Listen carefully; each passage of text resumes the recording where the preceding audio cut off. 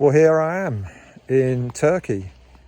You knew I was going to do a video on this, didn't you? I didn't want to, but the outcome of the game, the Carabao Cup second round between Wolves and West Ham United, have created yet even more issues and problems that we just don't really need right now. So Wolves won the game, as you all know, 3-2. I suggested in the preview that I did that this game would be maybe the catalyst for one of the two teams to progress in the Premier League, and it happens to be Wolves. The irony is that when Wolves started with their B team, they had made 8 changes to only our 4.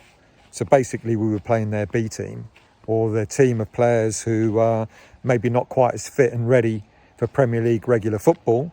We were beating them. We were beating them 2-1. We rode our luck a little bit, but we scored 2 good goals. That Paquetá goal, crossed by Bowen, Paquetá diving header, absolutely superb. And then they brought on their A team. We brought on our B team. Max Kilman, the most overrated footballer in the Premier League probably right now. But he's not the only problem, of course. But the minute Max Kilman came on, we started sitting back, conceding possession, letting them come at us, and we got what we deserved. We got beat 3-2. And then, of course, the aftermath, Jarrod Bowen getting angry at fans having a go at him or having a go at the team, Jarrod Bowen reacting. Whether you think it's right or not is your own personal choice. I think if it was aimed at Jarrod Bowen, I think that's a bit outrageous. But I get the anger of the fans. You know, we've now gone 3 games this season, 2 in the Premier League and 1 in the Cup. And we've conceded 11 goals, people. 11 goals. That's poor. Doesn't matter how you look at it. That's extremely poor. But what it's telling us is that the minute Wolverhampton Wanderers, the team who's sitting just above us on goal difference in the Premier League, the minute they put their best team on the pitch, we couldn't compete. And that really is scary, because we've now suffered defeats in competitions against one of the top teams in the league, and they smashed us. We've now suffered a defeat against a team that's just been promoted, and they smashed us. And we've now suffered a defeat against a team that's likely to be fighting relegation in the Premier League, and they beat us as well. And that is not looking good. Yes, I know the Songutu Magasa is probably already in London doing his medical to sign for West Ham, but it's not enough. It's not enough. And then when you hear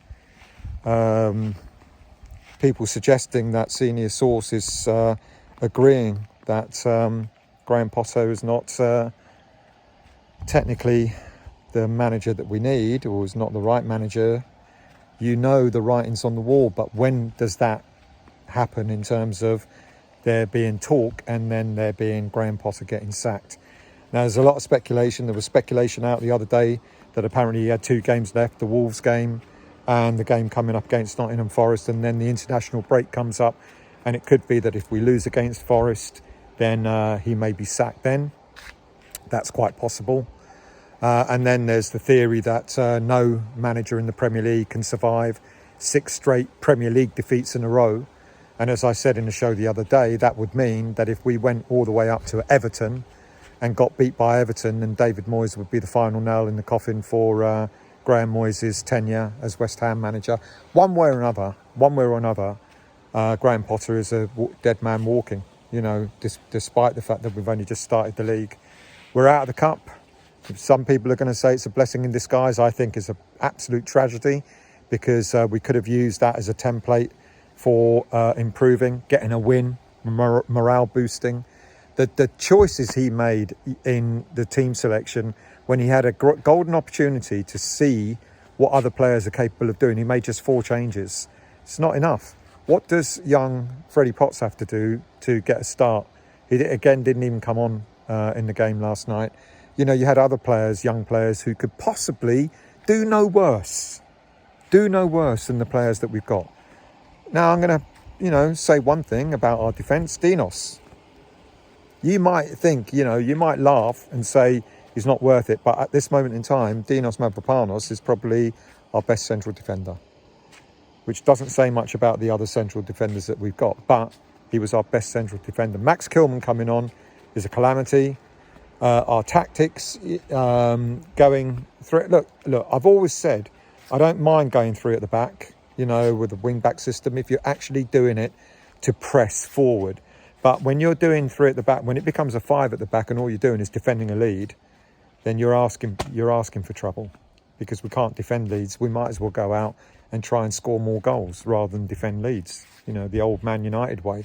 If they score 1, we score 2 sort of attitude.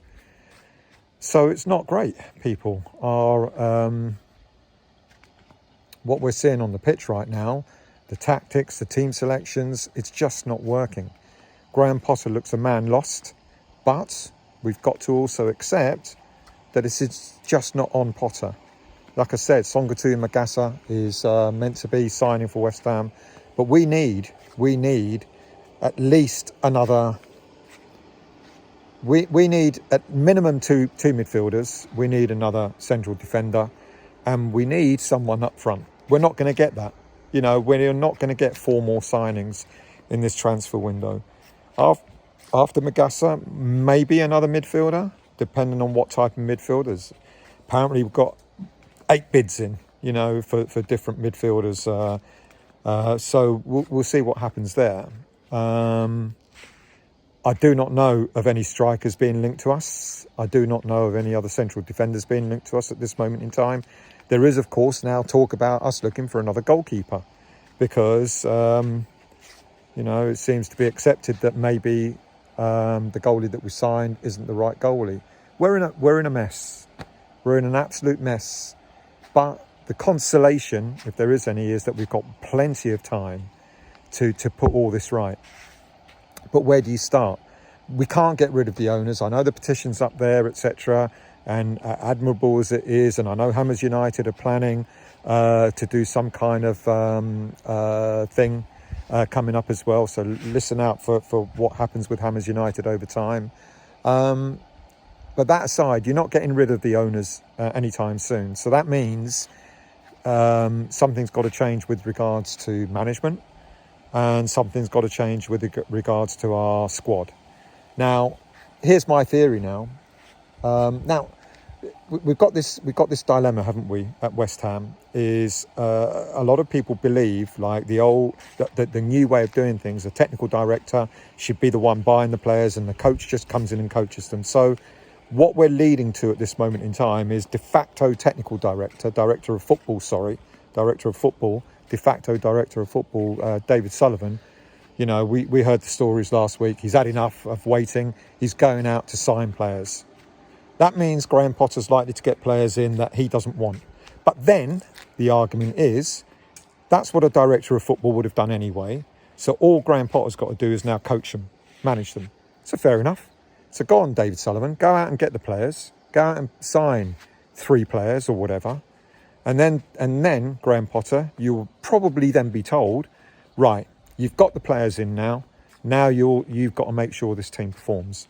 And we will give you a deadline. And if it doesn't look like it's improving, or if you're not using the players that you've signed, then you're out the door. And that's probably what will happen now. There's a part of me that says if we lose against Forest, he'll be out, Potter. And then during the international break, Sullivan may decide to get another manager in. Or the transfer window shuts next Monday night, I believe. And then Potter will be told, right, you've got the players, whether they're yours or not, you've now got to get a tune out of them. If you don't, in the next 3 or 4 games or whatever, then you'll be out the door. So maybe not this international break, but maybe the next international break, which I think is October, isn't it? Change needs to happen. Graham Potter he's got to, like I've said, I'm all for the 3 at the back, but only when it's working to press forward, not when you're sitting back, trying to absorb pressure. So he's got to change that system. He's got to start dropping players. We looked fine. with Todibo, Mavropanos and a Gerd at the back, we were doing okay. There was absolutely no need whatsoever to change that. I still don't understand why Todibo keeps being taken off. You know, what is it? He doesn't, you know, as he said, he doesn't want to play more than 50, 60 minutes a game. Who knows? But, you know, there was no need for Kilman to come on. No need. There was no injury, no nothing. He started off with all our strikers sitting on the bench. A game you want to win. A game, you know, it's a cup game, and you had all your strikers sitting on the bench. And then he brought Fulkrug on really late in the game.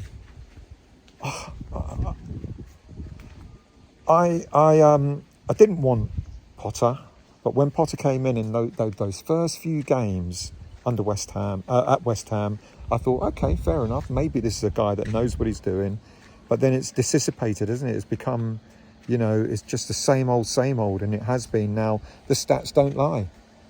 The stats don't lie that we've now gone 22 games and Potter's won just 5 in all competitions. It's not good. It's not good. So, team selection, disappointing, because I genuinely thought he'd give a couple of the academy players. I wasn't suggesting that you put a whole team of academy players in, but when you saw that Wolves made 8 changes, I would have thought we would have had a few more changes than the ones that we've had. You know, I feel sorry for the academy players now because I think they've been misled, you know, being used extensively during pre-season and now not getting a look in. Potter's running scared. He's trying now to play the players who are the experienced players, but the experienced players are not doing it. And whether that's tactics or whether that's just them not being good enough or whether it's a combination of the two, I don't know. But it's not working. So how much worse could it have been if he had played a couple of the youngsters who wear their heart on their sleeves for West Ham United? We're in a bad shape. We're in bad shape. We're in bad shape with the owners. We're in bad shape with management, and we're in bad shape with the squad.